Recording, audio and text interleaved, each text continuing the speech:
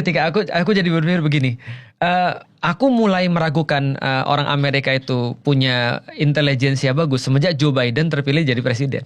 Kenapa di Kok segi bisa mananya? gitu kan ya? Kok Artinya, bisa ya? Kok bisa orang setua itu gitu kan ya sudah benar-benar menunjukkan gejala demensia dari berbagai segi, tapi masih dipilih jadi presiden kan gitu kan ya? Iya. Apalagi Trump, aku bilang nggak pernah kepikir. Kayak gak ada pilihan lain. Kayak nggak ada pilihan yang lain kan? Nggak ada orang lagi kalian terus kemudian pilih Trump dan Yang ternyata itu. banyak pemilihnya. Iya.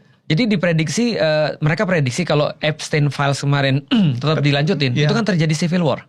Maka mungkin salah satu supaya nggak terjadi civil war dia harus bikin perang Iran. Pengalian isu kah? Pengalian isu menurutku sih. Salah satunya mungkin ya, walaupun kita nggak bisa memastikan. Tapi ada yang menarik Mas. Jadi gini, bayangin ya, tadi kan kita berbicara tentang Islam yang seolah-olah ekspansif dan segala macam. Contoh misalnya, aku waktu tahun 2017, 2016, 2015 itu diidentikan dengan isu khilafah. Dan orang bilang, khilafah ini berbahaya. Kenapa? Karena dia tidak ada check and balances. Dia terus kemudian berkuasa selama-lamanya. Dia pokoknya apapun yang dia mau harus diterapkan. Dan kekuasaannya begitu besar sampai nggak ada yang berani untuk menantang. Ternyata khilafah itu sekarang sudah ada. Tapi bukan khilafah Islam aja, khilafah Trump. Bukannya board of peace itu sama banget dengan fungsi khilafah kan?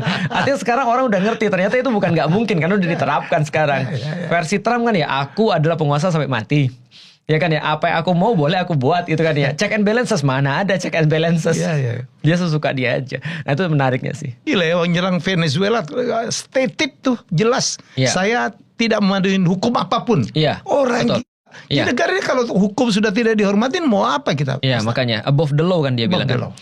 Terakhir tarif dia juga sama. Ketika dibatalin tarifnya oleh Dewan di Amerika, dia katakan apa? Ya udah kalau nggak boleh, aku akan terapin sendiri. Kenapa? Karena aku nggak bisa diatur. Aku bisa mengambil pemimpin manapun yang aku mau. Aku bisa berbuat apapun yang aku mau. Itu kata dia tuh.